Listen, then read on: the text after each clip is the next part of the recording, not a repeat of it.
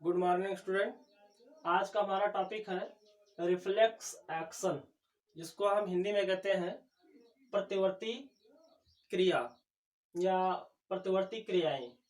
तो हमारे बॉडी में बहुत सारी जो है रिफ्लेक्स एक्शन होते रहते हैं हमेशा। और उनका कारण क्या हो सकता है? तो कारण दो चीजें हो सकती हैं। एक बायोटिक फैक्टर्स हो सकते हैं जिसके माध्यम से रिफ्लेक्स एक्शन होता है, या इसके अलावा ए बायोटिक फैक्टर हो सकते हैं जिनके माध्यम से रिफ्लेक्स एक्शन होते हैं। तो रिफ्लेक्स एक्शन जो है वो हमेशा हमारी बॉडी में होता ही रहता है।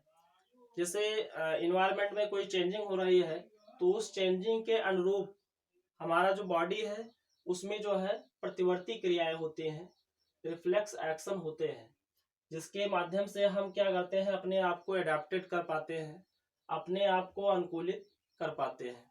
तो इसी के बारे में हम स्टडी करेंगे कि रिफ्लेक्स एक्शन क्या होता है, इसमें कौन कौन सी प्रक्रियाएं होती हैं। चलिए ये देखते हैं रिफ्लेक्स एक्शन को सबसे पहले किसने ऑब्जर्व किया था। तो ये नाम आपको याद रखना है कि मार्शल हॉल, ये क्या साइंटिस्ट है, इनका नाम क्या है? Marshall Hall. Marshall Hall first observe the reflex action, यानी कि जो प्रतिवर्ती क्रियाएं होती हैं उस क्रियाओं को, रिफ्लेक्स एक्शन को सबसे पहले ऑब्जर्व किसने किया? तो मार्शल हॉल नाम के वैज्ञानिक थे जिन्होंने रिफ्लेक्स एक्शन को क्या किया था? ऑब्जर्व किया था।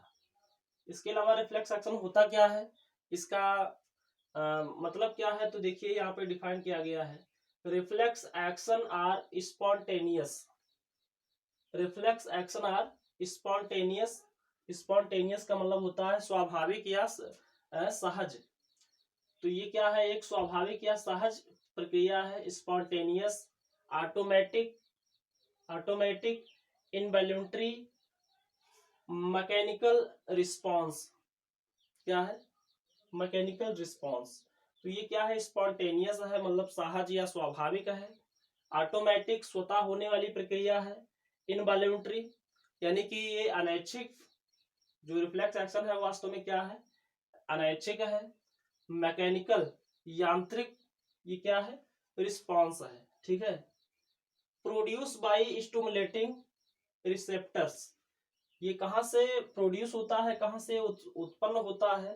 तो स्टिमुलेटेड या स्टिमुलेटिंग, जो यानी कि जो उत्तेजित ऑर्गन्स होते हैं, स्टिमुलेटिंग ऑर्गन्स होते हैं, रिसेप्टर्स होते हैं, वहां से ये जो है रिफ्लेक्स एक्शन क्या होता है? प्रोड्यूस होता है। Reflex action are involuntary, reflex action क्या है? अनैच्छिक है। This are completed very quickly as compare to normal action. इसका मतलब यह है कि हमारी बॉडी में जो एक्शन होता है, जो क्रियाएं होती हैं, वो दो प्रकार की होती है, एक कॉम्प्लेक्स, एक नॉर्मल। तो ये जो रिफ्लेक्स एक्शन है ये किस प्रकार की प्रक्रिया है? एक कॉम्प्लेक्स प्रक्रिया है, कॉम्प्लेक्स एक्शन है। क्योंकि नॉर्मल जो एक्शन होते हैं, जो सामान्य क्रियाएं होती हैं, उनकी अपेक्षा ये क्या है? कॉम्प्लेक्स है। और काफी स्पीड के साथ, काफी तेजी के साथ ये जो है प्रक्रिया कंप्लीट होती है। तो अनैच्छिक होते हैं और वेरी क्विकली, यानी बहुत तेजी से ये प्रक्रिया जो है बॉडी में संपन्न होती है। इसके बाद में हम बात करेंगे रिफ्लेक्स आर्च। ये रिफ्लेक्स आर्च क्या होता है, जिसको हम हिंदी में कहते हैं प्रतिवर्ती भुजा के नाम से जानते हैं। प्रतिवर्ती भुजा के नाम से जानते हैं। तो रिफ्लेक्स आर्च कैसे बनता है? वन एफरेंट, एफरेंट का मतलब आपको मालूम ही होगा, इसको हम हिंदी में कहते हैं अभिवाही। अभिवाही, वन इफरेंट न्यूरॉन, जिसको हम रिसेप्टर कहते हैं। जो अभिवाही यानी आने वाला जो न्यूरॉन है उसको क्या कहेंगे? रिसेप्टर कहेंगे। Afferent neuron, one efferent neuron. एक एफरेंट यानी कि अभिवाही न्यूरॉन, और एक क्या है? अपवाही है, यानी कि इफरेंट न्यूरॉन है। इफरेंट न्यूरॉन को हम जो है इफेक्टर या एक्साइटर भी कहते हैं। ठीक है। एफरेंट को क्या कहेंगे? रिसेप्टर, और इफरेंट को इफेक्टर या एक्साइटर के नाम से जानते हैं। तो one afferent neuron and one efferent neuron arrange in a series, मतलब एक सीरीज में, एक श्रृंखला में जब एफरेंट और इफरेंट न्यूरॉन सम्मिलित होते हैं, व्यवस्थित होते हैं, तो उनके माध्यम से जो प्रक्रिया होती है उसी को हम क्या बोलते हैं, रिफ्लेक्स आर्च के नाम से जानते हैं, रिफ्लेक्स आर्च कहते हैं। अब देखिए इसमें एफरेंट न्यूरॉन करते क्या है, the afferent neuron receive signal, क्या करेगा, एफरेंट यानी कि अभिवाही जो न्यूरॉन है वो क्या करेगा, सिग्नल को रिसीव करता है। The efferent neuron receive signal from A sensory organ, कहां से सिग्नल प्राप्त करेगा एफरेंट न्यूरॉन, सेंसरी ऑर्गन से, संवेदी अंग से। एंड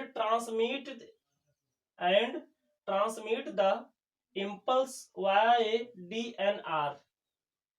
डीएनआर क्या है, dorsal nerve root, dorsal nerve root. आपको स्पाइनल कार्ड का टीएस पढ़ाया गया था, तो उसमें बताया गया था कि दो रूट होता है, एक डॉर्सल नर्व रूट होता है, एक वेंट्रल नर्व रूट होता है। तो डॉर्सल नर्व रूट जो है उसी के माध्यम से ये एफरेंट न्यूरॉन क्या करते हैं, सिग्नल को सेंसरी ऑर्गन से, संवेदी अंगों से प्राप्त करते हैं और डीएनआर के द्वारा उसको कहां भेज देते हैं, into CNS, central nervous system में।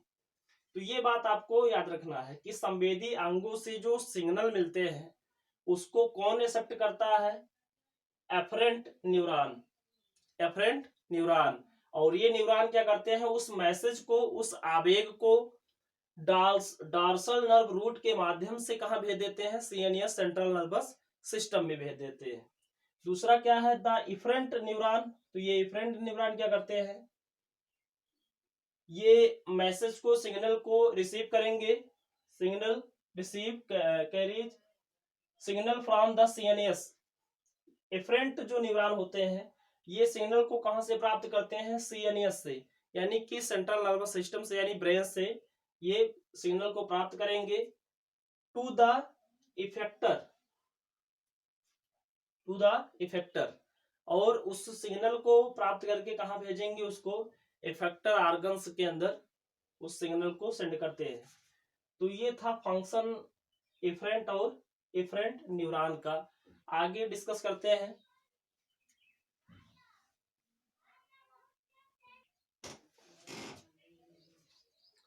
तो अब हम बात करेंगे टाइप ऑफ रिफ्लेक्स एक्शन, यानी कि जो रिफ्लेक्स एक्शन है वो कितने प्रकार का होता है और वो रिफ्लेक्स एक्शन की जो प्रक्रिया है वो कहाँ होती है।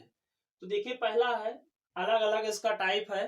पहला टाइप है on the basis of site, यानी कि ये प्रक्रिया कहाँ हो रही है उस आधार पर इसको दो भागों में बांटा गया है, ठीक है। एक क्या है, क्रेनियल रिफ्लेक्स, और दूसरा क्या है, स्पाइनल रिफ्लेक्स। नाम से स्पष्ट है कि ये जो रिफ्लेक्स है ये क्रेनियल यानी कि ब्रेन से रिलेटेड है, और ये जो रिफ्लेक्स है वो कहां से रिलेटेड है, स्पाइनल कॉर्ड से रिलेटेड है। तो सबसे पहले बात करते हैं cranial reflex. These action completed by brain, ये जो एक्शन है, रिफ्लेक्स एक्शन है, ये किसके द्वारा कंप्लीट होता है, by the help of brain. और इसमें देखते हैं these action are completed by spinal cord, और ये जो एक्शन है वो किसके द्वारा कंप्लीटेड होता है, स्पाइनल कार्ड के द्वारा कंप्लीटेड होता है। इसके अलावा दीज आर स्लो एक्शन, और ये एक धीमी प्रक्रिया है, एक धीमी गति से होने वाली प्रक्रिया है, दीज आर स्लो एक्शन। लेकिन जो रिफ्लेक्स, स्पाइनल रिफ्लेक्स है, these are very fast action, और ये काफी स्पीडेड होता है, इसकी जो गति होती है, स्पाइनल रिफ्लेक्स की जो गति होती है वो काफी ज्यादा होती है। एग्जाम्पल की अगर हम बात करें, अच्छा एक चीज और, क्रेनियल रिफ्लेक्स जो होते हैं वो कम होते हैं, लेकिन स्पाइनल रिफ्लेक्स जो होते हैं वो काफी अधिक संख्या में होते हैं। एग्जाम्पल की बात करें क्रेनियल रिफ्लेक्स के, तो watering of mouth to see good food, यानी कि जब आप अच्छा भोजन देखते हैं तो क्या होता है, माउथ में लार का श्रावण होने लगता है, यानी कि लार श्रावित होने लगता है। तो ये एक प्रकार का क्या है, रिफ्लेक्स एक्शन ही है, जो किसके माध्यम से होता है, ब्रेन के माध्यम से होता है। यानी आप किसी चीज को देखेंगे और वो भोजन, जैसे आप अच्छे भोजन को देख रहे हैं तो भोजन को आप देखेंगे और उसका जो प्रतिबिंब है वो ब्रेन में जाएगा, तो ब्रेन को लगेगा कि हाँ भोजन अच्छा है, तो क्या है कि उसको खाने के लिए जो है वो प्रक्रियाएं स्टार्ट हो जाती हैं, लार वगैरह का श्रावण हो जाता है। दूसरा क्या है स्पाइनल रिफ्लेक्स, तो इसका एग्जांपल क्या है, displacement of the leg, displacement of the leg at the time of pinching by any needle, यानी कि जब आपके पैर में कोई कांटा या कोई सुई चुभ जाती है तो अचानक से बहुत तेजी के साथ उस स्थान से अपने पैर को आप हटा लेते हैं, ये एक प्रकार का क्या है, रिफ्लेक्स एक्शन है जो स्पाइनल कॉर्ड के द्वारा जनरेट किया जाता है।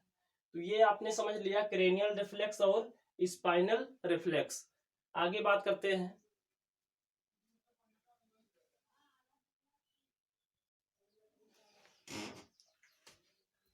तो ये दूसरा टाइप है on the basis of previous experience,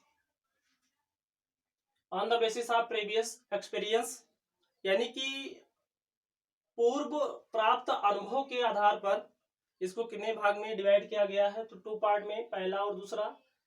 पहला क्या है कंडीशन रिफ्लेक्स, या इसको प्रतिबंध प्रतिवर्ती क्रिया कहते हैं, ठीक है, कंडीशन रिफ्लेक्स या इसको प्रतिबंधित प्रतिवर्ती क्रिया के नाम से जानते हैं। इसमें क्या है कि प्रीवियस एक्सपीरियंस इज रिक्वायर्ड, यानी कि पूर्व जो इसमें एक्सपीरियंस है, अनुभव है, उसकी आवश्यकता होती है। टू कंप्लीटेड दीज एक्शन, मतलब इसमें पूर्व प्राप्त जो है अनुभव के आधार पर ही, अनुभव के द्वारा ही ये प्रक्रिया या ये रिफ्लेक्स एक्शन जो है कंप्लीट होता है। और इसकी स्टडी जो है इवोन पावलोव ने कुत्ते पर किया था, इवोन पावलोव ने कुत्ते पर इसका इस रिफ्लेक्स का कंडीशन रिफ्लेक्स का स्टडी किया था कुत्ते के ऊपर कैसे। तो उन्होंने क्या किया कि कुत्ते को रोटी देना प्रारंभ किया, तो देखा कि कुत्ते के रोटी को देखने पर कुत्ते के मुख में क्या होता है, लार का स्राव होने लगता है। फिर उन्होंने क्या किया कि घंटी बजाने के बाद में कुत्ते को रोटी देना प्रारंभ कर दिया, तो धीरे धीरे उन्होंने देखा कि घंटी बजाने पर कुत्ते के माउथ में क्या स्रावित होने लगता है, लार का स्राव होने लगता है। तो ये एक्सपेरिमेंट जो है इवोन पावलोव ने कुत्ते पर किया था। दूसरा है अनकंडीशनड रिफ्लेक्स, अनकंडीशनड रिफ्लेक्स या इसको हम अनुबंधित प्रतिवर्ती क्रिया कहते हैं। तो अनकंडीशनड रिफ्लेक्स क्या है, these action do not require previous experience, यानी कि इस प्रकार के एक्शन में पूर्व अनुभव की कोई आवश्यकता नहीं होती है, नॉट रिक्वायर प्रीवियस एक्सपीरियंस, पूर्व अनुभव की कोई आवश्यकता नहीं है। जैसे एग्जांपल की अगर हम बात करें तो जैसे छींकना, खांसना और लैंगिक व्यवहार, माइग्रेशन इन बर्ड, और पक्षी का जो है एक स्थान से दूसरे स्थान पर जब परिस्थितियां उनके फेवर में नहीं होती है, अनफेवरेबल कंडीशन होता है, तो ये पक्षी जो है माइग्रेट कर जाते हैं, एक स्थान से दूसरे स्थान पर चले जाते हैं। तो ये सब जो प्रक्रियाएं होती हैं, खांसना, छींकना, लैंगिक व्यवहार, ये सब क्या है, अनकंडीशनड रिफ्लेक्स है, अनुबंधित प्रतिवर्ती क्रियाएं होती हैं। इसमें पूर्व अनुभव की कोई आवश्यकता नहीं है, प्रीवियस एक्सपीरियंस की कोई आवश्यकता नहीं होती है।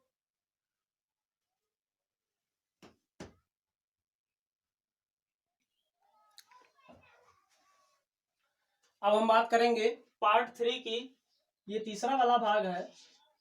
ये किस आधार पे है, on the basis of synapse, यानी कि सिनेप्स के आधार पे। सिनेप्स आपको मालूम है ना कि जब जो नर्व सेल्स होते हैं, एक नर्व सेल्स दूसरे नर्व सेल्स के साथ में जो कनेक्शन पॉइंट होता है, ज्वाइंटिंग पॉइंट होता है, उसको क्या बोलते हैं, उसको हम सिनेप्स बोलते हैं, ठीक है।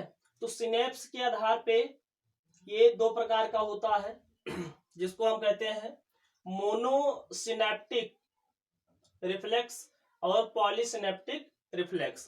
कितने प्रकार का है, 2, मोनोसिनेप्टिक रिफ्लेक्स और पॉलीसिनेप्टिक रिफ्लेक्स। अब पहले हम समझते हैं कि मोनोसिनेप्टिक रिफ्लेक्स होता क्या है।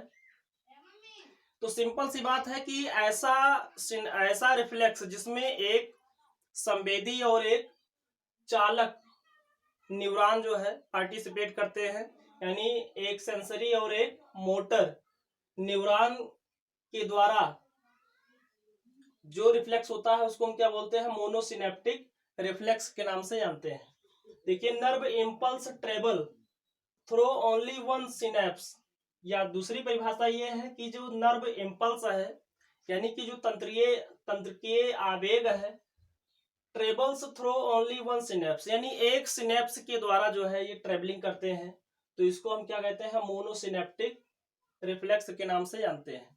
तो मोनोसिनेप्टिक रिफ्लेक्स यानी कि एक सिनेप्स के अंदर एक चालक है और एक क्या है, संवेदी न्यूरॉन है। तो ऐसे रिफ्लेक्सेस को हम कहते हैं मोनोसिनेप्टिक रिफ्लेक्सेस कहते हैं। जैसे एग्जांपल है स्ट्रेच रिफ्लेक्स या नी जर्क रिफ्लेक्स आपने पढ़ा होगा इसके बारे में हाई स्कूल में। वो घुटने पर हथौड़े के द्वारा, रबड़ के हथौड़े के द्वारा जो चोट पहुंचाई जाती है उसके रिफ्लेक्स का ऑब्जर्वेशन किया जाता है। दूसरा है पॉलीसिनेप्टिक रिफ्लेक्स। तो इसमें क्या है कि there are one or more small neuron found in between the sensory and motor neuron। कहने का मतलब यह है कि इस प्रकार के रिफ्लेक्स में, पॉलीसिनेप्टिक रिफ्लेक्स में कई सारे क्या होते हैं, चालक और संवेदी न्यूरॉन होते हैं जो इस प्रकार के रिफ्लेक्स में पार्टिसिपेट करते हैं और उनके माध्यम से रिफ्लेक्स की प्रक्रिया होती है। तो इसको हम कहते हैं पॉलीसिनेप्टिक रिफ्लेक्स के नाम से जानते हैं। तो यहाँ पर जो सिनेप्स है, यहाँ पे सिनेप्स कितना है, एक। यहाँ पे सिनेप्स कितने होंगे, कई होंगे। क्यों? क्योंकि यहाँ पर कई सारे क्या होते हैं, संवेदी न्यूरॉन होते हैं और कई सारे क्या होते हैं, मोटर यानी कि चालक न्यूरॉन होते हैं। तो कई न्यूरॉन है, संवेदी और चालक, तो कई क्या होगा, सिनेप्स होगा। और कई सिनेप्स के माध्यम से जब रिफ्लेक्स होता है तो उसको हम बोलते हैं पॉलीसिनेप्टिक रिफ्लेक्स। तो इस वीडियो में इतना ही। अगले वीडियो में आप पढ़ेंगे सिंपैथेटिक और पैरासिम्पैथेटिक यानी कि एएनएस के बारे में।